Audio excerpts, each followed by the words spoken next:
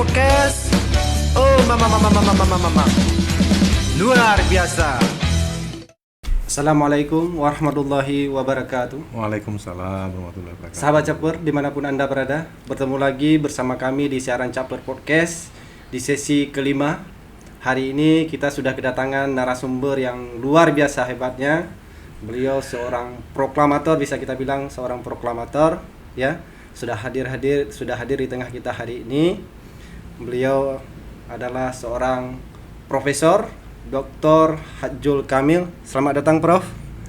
Beliau adalah prof pertama di Aceh, ya. Prof pertama di Aceh. Luar biasa sibuknya. Jadi selain akademisi, beliau ini juga seorang organisasi yang bergabung di organisasi. Kesibukannya luar biasa sekali, ya. Bukan hanya sebagai organisasi, beliau juga aktif sebagai asesor, ya, Prof, ya.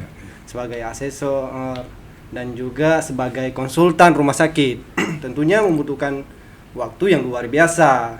Ini sedikit berbincang-bincang, Prof, ya, tentang bagaimana perjalanan Prof mengawali sampai hari ini Prof bisa meraih predikat Prof. Ini tentunya memerlukan pengorbanan dan perjuangan yang luar biasa, ya. Mungkin bisa diceritakan sedikit, Prof, awal dari mula Prof jenjang karir sampai meraih gelar profesor. Ya, baik. Assalamualaikum warahmatullahi wabarakatuh. Waalaikumsalam. Pertama, tentu terima kasih saya diundang di Caper Podcast Dewan Pimpinan Daerah PPNI Kota Biren, dan saya alhamdulillah bisa berhadir ke lokasi pada hari ini. Baik, memang saya sama seperti teman-teman yang lain, teman sejawat yang lain, memulai pendidikan itu di Akademi Keperawatan Depkes RI Banda Aceh pada tahun 86 dan lulus tahun 89. Ya, jadi dulu itu masih jarang sekali waktu itu. Masih jarang, ya, karena saya angkatan kedua. Jadi habis selesai lulus 2 bulan kemudian terima SK. Langsung jadi PNS. Langsung jadi PNS, dan alhamdulillah saya ditempatkan di Rumah Sakit Umum Dr. Zainal Abidin. Dalam perjalanan waktu saya sebagai perawat pelaksana di ruang penyakit dalam, dan tahun 96 saya punya kesempatan untuk melanjutkan pendidikan S1, dan pada saat itu baru ada di Universitas Indonesia. Satu-satunya waktu itu. Pada saat itu, ya. Jadi saya melanjutkan S1 keperawatan tahun 99, selesai di Fakultas Ilmu Keperawatan Universitas Indonesia. Waktu itu biaya sendiri atau beasiswa dari pemerintah? Nah, waktu S1 saya dapat beasiswa. Beasiswa, Prof. Ya. Nah, setelah pulang selesai tahun 99, saya kembali ke Rumah Sakit Umum Dr. Zainal Abidin, bertugas tetap sebagai perawat. Waktu itu saya menjadi kepala ruang di ruang rawat penyakit saraf. Kemudian 2023 saya menjadi kepala ruang di kamar operasi bedah sentral, tapi tidak lama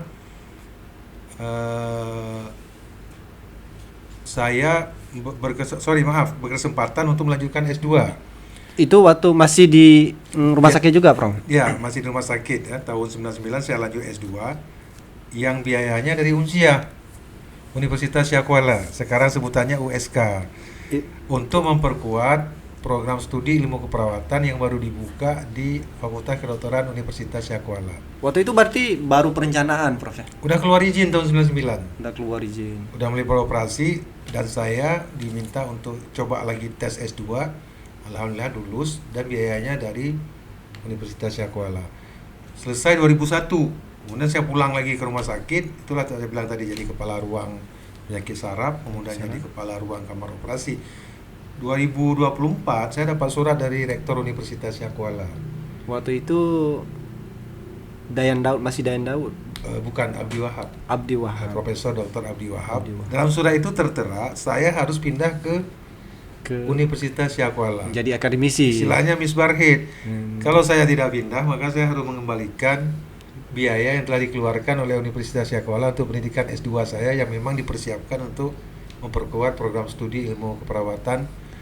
Waktu itu masih di bawah Fakultas Kedokteran. 2024 bulan Agustus saya pindah menjadi dosen di USK. Di USK, ya. Dan dalam perjalanan waktu tentu ada perubahan dari pola sebagai perawat fungsional di rumah sakit menjadi dosen fungsional di Universitas Syakuala. Jadi dalam perjalanan waktu, fungsional saya yang sudah pangkat 3C di rumah sakit sebagai perawat itu tidak bisa dikonversi menjadi fungsional dosen di Universitas Tidak Syakuala. terhitung berarti? Tidak terhitung. Jadi 14 tahun saya menjadi perawat nggak bisa dihitung untuk konversi menjadi fungsional dosen.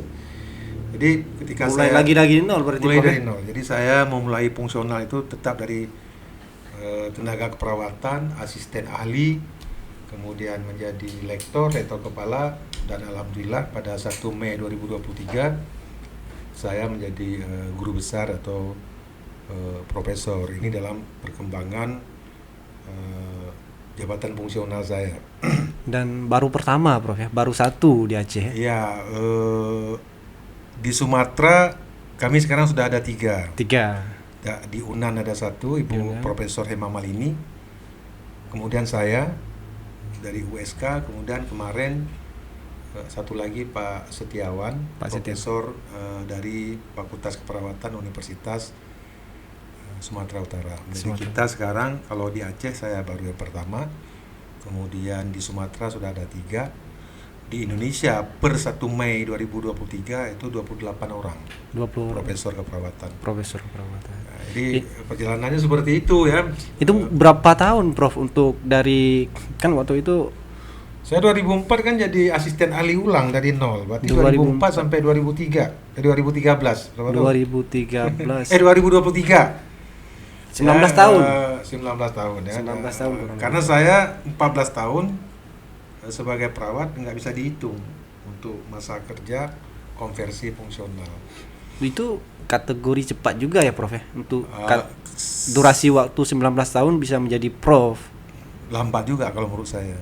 Lambat, Prof. Harusnya lebih cepat lagi, tapi saya tidak menyesali karena 14 tahun saya melaksanakan tugas saya sebagai perawat. Karena itu memang profesi saya. Tapi artinya dalam perjalanan waktu itu kan sesuatu yang yang sangat luar biasa bagi saya, karena dalam perjalanan dari 2024 itu sampai 2023 saya kan tidak sebagai dosen biasa, tapi selalu dalam kondisi dosen dengan tugas tambahan. Dosen tugas tambahan. Nah, jadi sejak pindah 2004 2005 sampai 2020 saya sekretaris prodi. 2010 sampai 2012 hanya 2 tahun sebagai ketua prodi, kemudian dilantik menjadi wakil dekan 2 di Fakultas Kedokteran. Berarti cepat prosesnya, Prof, ya. 2 tahun sebagai wakil dekan 2, kita terus berbenah dengan teman-teman yang lain untuk meningkatkan status program studi FK USK menjadi Fakultas Keperawatan. 2013 keluar izin Fakultas Keperawatan peningkatan status. Nah, Rektor USK waktu itu mempercayakan saya, dia tarik jadi dari wakil dekan 2 FK sebagai dekan pertama periode 2013 sampai 2017.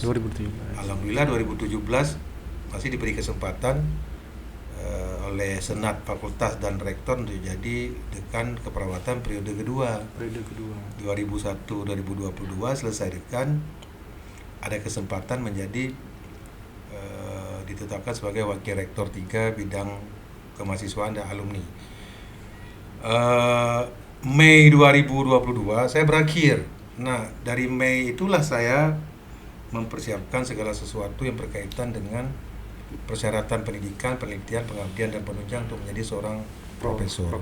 Jadi 1 Mei 2023 SK-nya keluar yang ditandatangani oleh Bapak Nadiem Makarim sebagai Menteri Pendidikan, Kebudayaan, Riset dan Teknologi. Kira-kira sepintas ceritanya seperti itu. Pernah berpikir pengen jadi kayak Prof, ini bisa jam terbang banyak. Kemudian pernah berpikir juga bagaimana cara memanage waktu seorang Prof yang kita tahu bahwa menjadi asesor itu bukan hal yang mudah, perlu ilmu, perlu waktu. Kemudian menjadi konsultan juga ini, Prof, ya. Ini tentunya waktu yang nggak bisa kita manage, hancur. Jadi saya terus terang ini pengen, apalagi lihat Prof ini selalu energik, ya, energi dalam setiap kegiatan. Ini bagaimana nih Prof cara manage waktu, sehingga memang harus terstruktur. Pola yang memang kadang-kadang saya kesusahan juga. Ya. Jadi Pernah merasa kelelahan juga nggak? Oh pernah ya, kelelahan, kemudian sulitnya mengatur ya. Tapi saya melihat itu semuanya niat. Nggak pernah berada di fase, alah udahlah kayak gini aja pasrah gitu. Enggak, saya selalu berpikir akan memenuhi semampu saya permintaan-permintaan yang berkaitan dengan kapasitas saya selagi saya dibutuhkan. Karena suatu ketika orang itu akan tiba pada masa orang lain nggak membutuhkan kita. Jadi untuk apa saya alah udahlah, nggak bisa. Nah, misalnya seperti saya harus hadir ke Biren dengan segala upaya, walaupun di Banda Aceh juga berbagai kegiatan. Ada kegiatan. Saya akan berusaha membagi walaupun agak sedikit terlambat dan sebagainya, tetapi berusaha untuk memenuhi. Kenapa? Karena menganggap orang lagi butuh saya sekarang. Tapi ketika orang nanti nggak butuh, saya minta pun orang nggak akan memanggil. Jadi yang paling penting bagi saya sebagai seorang dosen, berusaha semaksimal mungkin menempati waktu saya dengan mahasiswa saya dalam pelaksanaan Tridharma, pendidikan, penelitian, pengabdian. Kemudian tentu kita punya waktu 24 jam untuk mengatur juga bagaimana berkaitan dengan kegiatan di rumah sakit, membimbing juga di rumah sakit. Kemudian asesor juga nggak tiap hari ya. Jadi dia mungkin setiap 2 bulan, 3 bulan harus Tapi ada kan satu. menguras waktu Iya, juga. menguras waktu. Tapi yang penting intinya kita memang harus berdamai dengan waktu. Nggak bisa alah aku capek dan sebagainya. Benar, memang melelahkan. Tetapi terkadang ketika kita, misalnya saya hari ini hadir kemari dengan teman-teman di Ummah ya. Setelah ini saya kan merasa bahagia, merasa enjoy gitu. Ya kan, walaupun saya harus menempuh itu. Walaupun besoknya nggak sempat istirahat, besok langsung beraktivitas. Ya, Prof. jadi waktu-waktu yang saya sediakan sekarang agak lebih lenggang karena saya tidak lagi dosen dengan tugas tambahan, walaupun aktivitas lain juga. Tapi sekarang menjadi banyak. prof kan lebih banyak lagi, Prof. Oh ya. Tentu banyak beban yang memang. Ya karena untuk menjadi ini kan banyak yang kita pertaruhkan. Iya, banyak pengorbanan. Jadi ya itu tadi ya, memanage waktu dengan baik, walaupun kadang-kadang saya keteter oleh waktu juga. Tapi yang perlu kita ingat, waktu itu nggak bisa diulang. Kalau kita mengabaikan, ya dia akan mengabaikan kita. Ya, karena saya prinsipnya ketika ada sesuatu untuk menolak itu agak susah Pak Azir, karena saya nggak Ada mau- rasa nggak enakan gitu, Pak ya. Saya selalu orangnya merasa Alah nggak enak, nggak orang enak itu. ya, karena orang meminta kita pasti dia sudah punya pertimbangan tentang expert atau kapasitas kita. Jadi ketika diminta itu pasti mereka sudah punya pertimbangan. Jadi saya berusaha untuk memenuhi dan menghargai itu selagi saya dalam kondisi yang sehat. Tapi kalau saya kurang sehat mungkin saya akan minta maaf. Kenapa? Suatu ketika saya akan ditinggalkan orang. Tapi bagi saya sebuah kepuasan ketika saya mampu saya memenuhinya. Tapi ketika saya ada saat-saat tidak mampu, itu kita akan minta maaf. Wah ini tidak bisa kita lakukan ya. Jadi karena setiap manusia itu kan ada masa-masa perjalanannya. Iya, Tapi juga akan ada masa nanti habis ya. Habis artinya Kalau kata anak sekarang mungkin Prof gini, setiap masa ada orangnya, setiap orang ada masanya gitu, setiap Prof. masa ada orangnya, setiap orang ada masanya. Jadi kita harus siap untuk menghadapi situasi itu. Dan harus siap juga ketika suatu saat bahwa kita memang harus istirahat. Karena akan ada generasi-generasi baru yang akan menggantikan kita. Tentunya hari ini dari tangan Prof ya banyak sekali lahir kampus-kampus keperawatan Iya. yang mencetak generasi-generasi perawat. Jadi kita melihat bahwa memang ke depan ini perlu pembaharuan generasi-generasi seperti Prof tentunya yang bisa ini menjadi satu teladan untuk dunia kesehatan. Jadi bagaimana nih pendapat Prof? Apa arahan mungkin dari Prof supaya ayolah yang muda-muda sekarang ini bisa juga kayak Prof. Nah, gitu. Saya setuju bahwa ilmu bukan di atas segala-galanya. Tapi adab gitu. Tapi adab itu Allah di atas segala-galanya. Jadi oleh sebab itu bagi generasi-generasi keperawatan sekarang, anak-anak muda sekarang yang memang mencintai profesi ini, karena kita berbeda dengan profesi yang lain yang mungkin tidak berhadapan dengan manusia. Kenapa? Karena menghadapi manusia yang sehat saja kita capeknya luar biasa. Capeknya luar biasa. Bagaimana menghadapi manusia yang sedang sakit? Dan harus diingat, untuk jadi orang sakit itu nggak ada sekolahnya. Iya. Tapi untuk jadi perawat profesional, untuk jadi nurse, untuk jadi magister keperawatan, spesialis, doktor keperawatan, itu ada pendidikannya. Makanya saya katakan dalam pendidikan ilmu kita tidak ada kebenaran yang mutlak. Ya, relatif semua. Itu akan berubah sepanjang waktu. Kebenaran mutlak itu kan hanya Al-Quran dan hadis. Iya, betul. Jadi oleh sebab itu jangan merasa bahwa dengan pendidikan itu sudah segala-galanya, enggak. Berarti intinya Prof gini, perawat itu sama sebetulnya statusnya. Yang membedakan kita dengan masyarakat biasa, kita punya ilmu lah maksudnya. Iya, maksud saya membedakan kita dengan pasien. Ya. pasien. Jadi kalau pasien nggak ada sekolah untuk jadi pasien. Iya. Tapi kalau perawat ini kan ada sekolahnya sampai Ada doktor sekolah. kan. Jadi attitude, soft skill. Saya pikir pengembangan kepemimpinan keperawatan ke depan harus diimbangi dengan attitude dan soft skill yang baik. Jadi adik-adik yang sedang menuntut pendidikan atau sudah selesai, sudah memilih jalan hidupnya menjadi perawat, ilmu itu pendukung, tapi keberhasilan kita juga didukung oleh sikap dan soft skill kita. Makanya saya katakan tadi, adab itu di atas segalanya. Ingat saya Prof, saya ingat materi Prof yang paling saya ingat itu tentang, pernah Prof sampaikan bahwa jadi di kedepan itu satu-satunya profesi yang tidak bisa digantikan itu kita perawat. Jadi beruntunglah hari ini kita yang menjadi perawat Prof ya. Jadi betul seperti kata Prof tadi, kita hari ini mengalami krisis tentang adab. Ini yang saya tanyakan sama Prof. Tentunya ini juga berpengaruh terhadap proses pengejaran itu tadi ya Prof ya. Jadi saya sendiri pengen nih dapat bagaimana, karena saya kebetulan juga pengen fokus di bidang pendidikan untuk mencapai nih bagaimana menjadi seorang paling tidak nih kalaupun tidak bisa seperti Prof, di bawah Prof maksudnya bisa menjadi expert di bidang. Kalau saya bilang Prof ini sangat expert karena beberapa kali saya ikut kuliah itu sangat menarik pembahasan yang disampaikan Prof.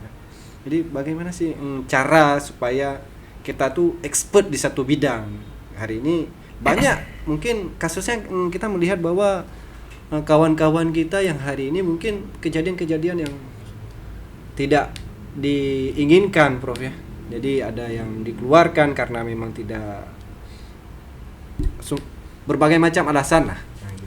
Untuk expert di satu bidang itu memang kita harus fokus, Pak.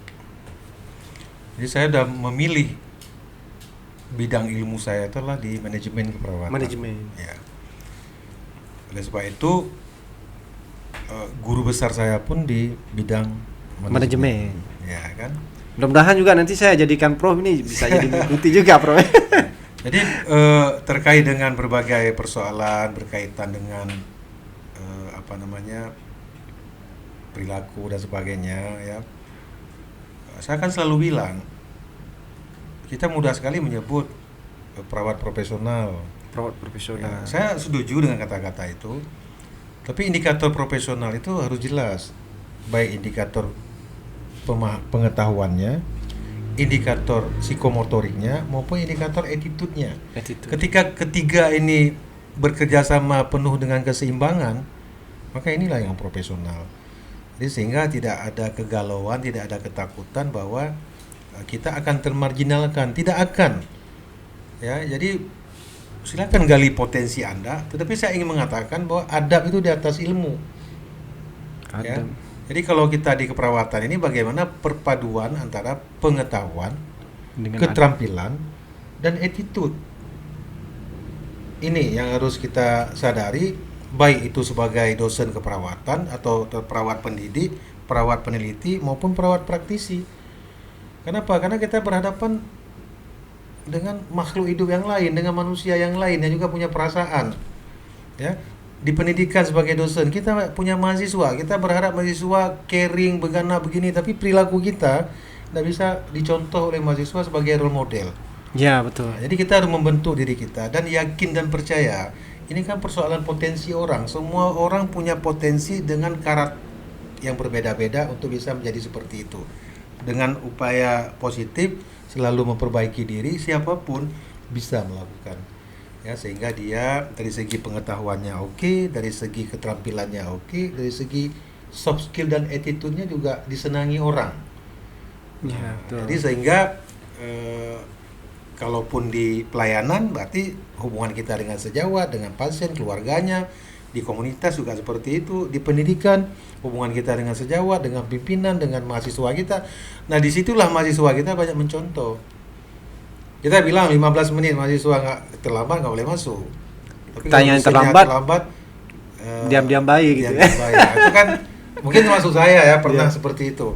Nah, itu kan menunjukkan sebuah contoh yang tidak layak untuk ditiru. Jadi komitmen ya, integritas ini penting. Ya, walaupun seperti yang saya lakukan tidak sempurna, tapi saya berusaha untuk selalu melakukan seperti itu. Mungkin juga teman-teman yang lain. Namanya kita manusia. Iya. Yang penting harus dipahami oleh semua orang. Semua kita punya potensi untuk arah positif. Sekarang bagaimana kita menggunakannya dalam segala hal, percayalah. Saya kira seperti itu. Nah, Prof ini kan juga aktif di organisasi, Prof ya. Iya. Organisasi, juga tergabung sebagai ketua pembina Dewan Pertimbangan DPW PPNI Aceh. Juga dan sebagai sekretaris Dewan Pertimbangan DPP Pusat ya. Iya. Ini luar biasa. Jadi jam terbang yang luar biasa ya, Prof ya. Jadi kita sudah mendengarkan tentang bagaimana perjalanan Prof menjadi seorang profesor ya. Tentunya sangat luar biasa, sahabat Caper. Jadi sedikit lagi Prof. Jadi karena kita hari ini berbicara tentang keperawatan, Prof juga tergabung di BPNI juga sebagai Dewan Pertimbangan. Baru-baru ini kan kita disuguhkan dengan berita-berita tentang undang-undang kesehatan nih Prof ya. Tentunya ada plus minusnya yang berembus di masyarakat. Ini bagaimana pendapat Prof tentang undang-undang kesehatan ini, Prof? Undang-undang kesehatan nomor 17 tahun 2023 ini kan sebuah undang-undang yang lahir agak berbeda dengan undang-undang yang lainnya. Kalau kita dengar itu cacat akan prosedur katanya.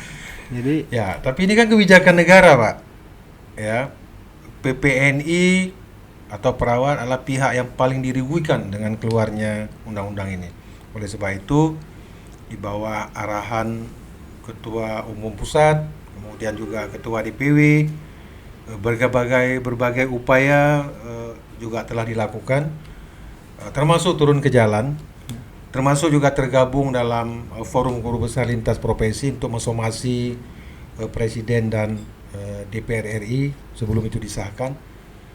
Tapi toh tetap ditutup. Omnibus Law atau gerbong besar penggabungan 11 undang-undang yang lain menjadi satu undang-undang tetap disahkan. Betul seperti Azir bilang, ini ada kelebihan, ada kekurangannya. Nah, oleh sebab itu sering kita dengan dicabutnya Undang-Undang 38 tahun 2014 tentang keperawatan dari salah satu undang-undang 11 undang-undang yang dirancang terhapus gara-gara Undang-Undang 17 tahun 2003 ini kan banyak teman-teman merasa frustasi, merasa bahwa ini PPNI telah habis, nggak ada nggak ada peran lagi gitu. Ada peran ya. Jadi saya ingin berpesan bahwa organisasi profesi ini khususnya PPNI ini sudah mengalami pasang surut yang sangat luar biasa. Sejak lahir tahun 74 yang gabungan dari asosiasi, dari entah apa-apa perawat di Indonesia bersatulah menjadi Persatuan Perawat Nasional Indonesia. Perjalanan waktu yang begitu panjang, PPNI ini sudah pernah hidup dalam penderitaan. Dan kemarin dengan keluarnya Undang-Undang nomor 38 tahun 2014, posisi organisasi profesi ini kan semakin kuat. Iya. dan manajemen internalnya pun semakin tertata dengan baik. Ya, jadi ini naik. Nah sekarang dengan keluarnya undang-undang Kesehatan yang baru. kesehatan nomor 17 tahun 2003, seakan-akan kita terhempas lagi. Iya. PPNI ini berada dalam kebimbangan. Saya ingin mengatakan bahwa PPNI ini urusannya bukan hanya persoalan STR seumur hidup. Gara-gara STR seumur hidup seakan-akan PPNI tamat. Bukan karena nggak ikut sumpah perawat, seakan-akan PPNI tamat. Bukan karena nggak ada iuran nira lagi, seakan-akan PPNI tamat. Bagi saya enggak. Kenapa? Masih banyak yang bisa dilakukan oleh Persatuan Perawat Nasional dengan pasca keluarnya undang-undang ini. Tapi Langkah konkret misalnya melakukan judicial review. 19 September 2023 itu 5 OP telah mendaftar Bergabung, ke MK bergabung untuk melakukan judicial review Undang-Undang Nomor 17 Tahun 2023. Dan kita juga akan menunggu nih begitu banyak turunan-turunan yang harus dirubah, Pak. disiapkan berkaitan dengan berlakunya undang-undang ini. Jadi oleh sebab itu saya kemarin juga ngomong di Rapimwil PPNI Aceh, kita harus siap. Saya memperkenalkan teori dari Talcott Person kemarin, teori Agile, ya itu bagaimana beradaptasi, kemudian ada goal attainment atau pencapaian tujuan, kemudian terintegrasi, kemudian yang terakhir itu disebut dengan latensi atau pemeliharaan pola. Nah, jadi beberapa teori saya lihat dengan kondisi kita sekarang itu bisa diaplikasi. Ya, jadi bukan hanya motivasi untuk melakukan adaptasi terkait dengan peraturan baru, tapi bagaimana para pemimpin-pemimpin PPNI dari DPP, DPW, DPD sampai dengan DPK, DPK, Dewan Komisariat itu harus punya tujuan-tujuan bagaimana menerjemahkan visi misi itu menjadi aksi. Ya, banyak sekali yang bisa dilakukan berkaitan dengan upaya supaya PPNI ini bisa bertahan hidup, termasuk dalam pengembangan kompetensi, pelatihan, workshop, kemudian upaya-upaya yang sering dikatakan oleh Bapak Ketum dengan PPNI Enterprise. Bagaimana suatu saat mungkin PPNI punya usaha gitu. Perusahaan terbatas, punya PT, punya pelayanan kesehatan atau punya lembaga akreditasi yang bisa menghasilkan uang juga. Jadi ini harus dipikirkan sekarang. Jadi jangan kita menganggap bahwa ini sudah habis. Yang menganggap habis itu kan orang yang orientasinya cuma STR. Dia senangnya minta ampun ketika STR-nya berlaku seumur hidup. Dia lupa SIP-nya tetap 5 tahun sekali gitu. Itu kira-kira. Jadi harus semangat kita. PPNI ini bukan kaleng-kaleng, penderitaannya udah sangat luar biasa. Kalau menurut Prof lebih ke menguntungkan atau lebih memang tidak ada pengaruh, Prof? Saya tidak bisa mengatakan undang-undang ini menguntungkan atau merugikan. Kalau dilihat dari perspektif kemarin, itu kita terasa memang sangat dirugikan. Karena apa yang ada di Undang-Undang 38 tahun 2014 itu seperti hilang, mati suri, bukan mati suri, memang terhapus dia. Tapi kondisi ini kan nggak bisa dibiarkan. Kenapa? Karena di dalam undang-undang itu ada juga yang menguntungkan untuk produksi perawat, ya kan? Cuman kita lihatlah nanti turunan-turunannya seperti apa. Yang dulunya seakan-akan itu hal yang tidak mungkin, sekarang jadi mungkin untuk seorang perawat. Jadi yang terakhir, Prof, kita tahu bahwa Prof ini juga seorang proklamator ya. Jadi proklamator apa nih? Apa namanya, dari Prof ini lahir banyak kampus keperawatan, membantu mungkin bisa kita bilang andil besar lah kita bilang, Prof. Iya. Jadi saya tahu, saya juga bagian mungkin dari satu instansi yang pernah bekerja, yang waktu itu pernah ketemu juga Prof kalau nggak salah. Iya. Prof juga sebagai asesor. Jadi apa sih harapan Prof ke depan untuk instansi dan juga mungkin anak didikan yang bakal lahir menjadi perawat ke depan? Paradigma baru pendidikan tinggi di Indonesia kan terus terjadi perubahan-perubahan. Ya, kemarin Bapak Menteri sudah mengeluarkan Permendikbud nomor 3 tahun 2020 tentang standar nasional pendidikan tinggi. Kemudian juga 2023 keluar Permendikbud nomor 53 2023 tentang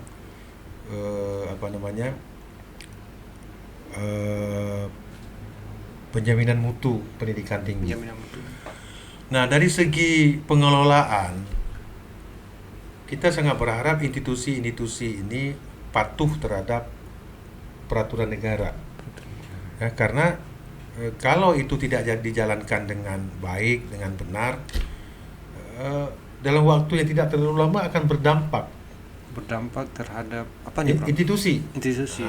Jadi apalagi sekarang dengan masyarakat semakin mudah mengakses misalnya akreditasi, orang akan meninggalkan institusi-institusi yang tidak berakreditasi sangat baik atau unggul. Nah, untuk menuju ke sana nggak ada cerita lain ya, memang penjaminan mutu internalnya itu harus berlangsung dengan baik. Itu. Kemudian terkait dengan peserta didik. Iya, peserta didik ini kan akan lahir nih, Ya. Prof, perawat nanti ke depan. Ini Makanya saya selalu berharap teman-teman pengelola harus ada bargaining lah, bagaimana melaksanakan sebuah pendidikan, mengelola pendidikan, apalagi pendidikan profesi yang menghasilkan perawat yang nanti akan berhadapan langsung dengan pasien, individu, kelompok dan masyarakat. Ya, apalagi juga outputnya harus lulus uji kompetensi. Ini juga akan jadi masalah untuk mendapatkan STR kalau ini nggak lulus. Nah, oleh sebab itu lulusan ini kan sangat bervariasi. Iya. Jadi oleh sebab itu negara membuat sebuah sistem yaitu akreditasi. Harapannya bahwa tidak ada diskrepensi yang jauh antara satu institusi dengan institusi lain dalam hal kualitas lulusan. Nah, tetapi ini kan kadang-kadang kan nggak bisa kita paksakan. Masing-masing pengelola atau pemilik pendidikan ini kan ada yang serius, ada juga yang aneh-aneh gitu. Nah, saya sering mengistilahkan itu jerapah, Pak. Jerapah. Kenapa Itu jerapah? Gimana tuh? Kenapa jerapah, Pak? Panjang leher.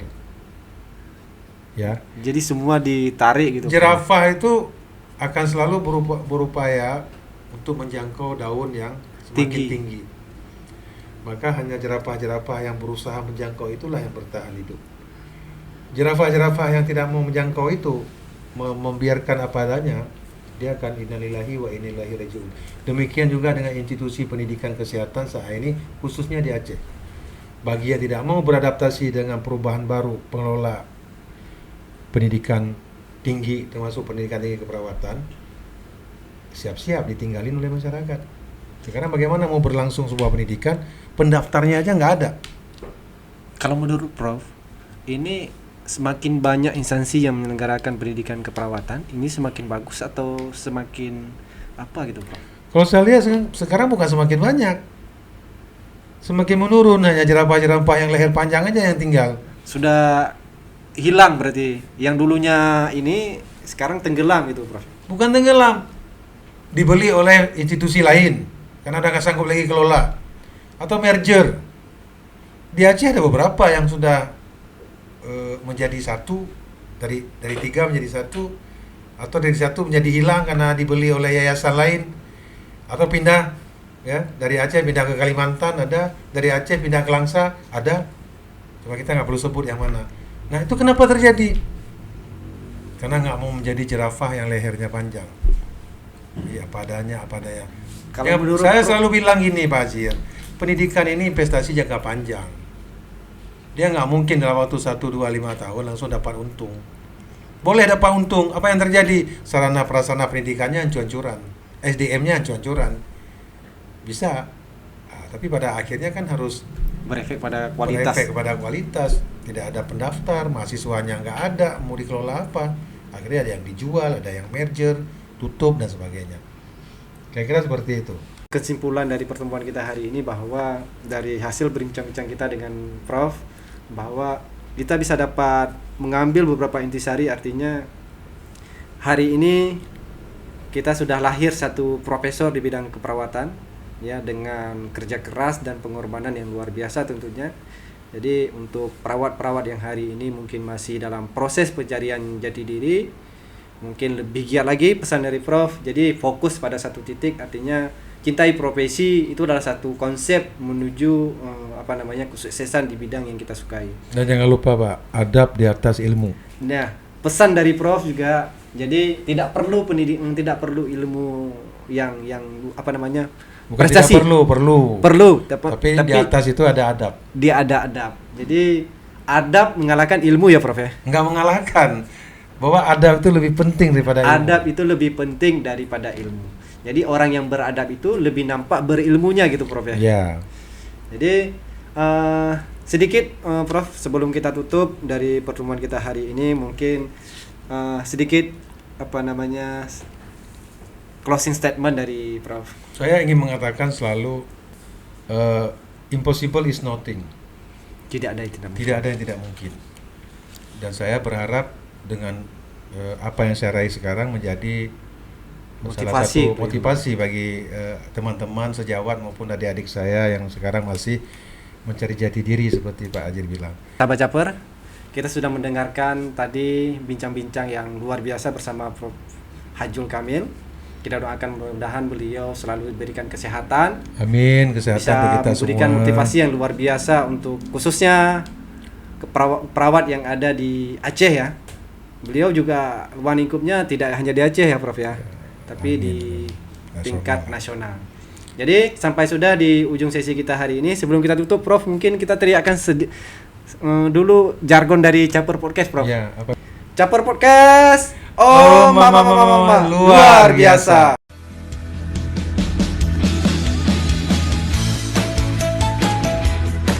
Caper Podcast. Oh, mama luar biasa.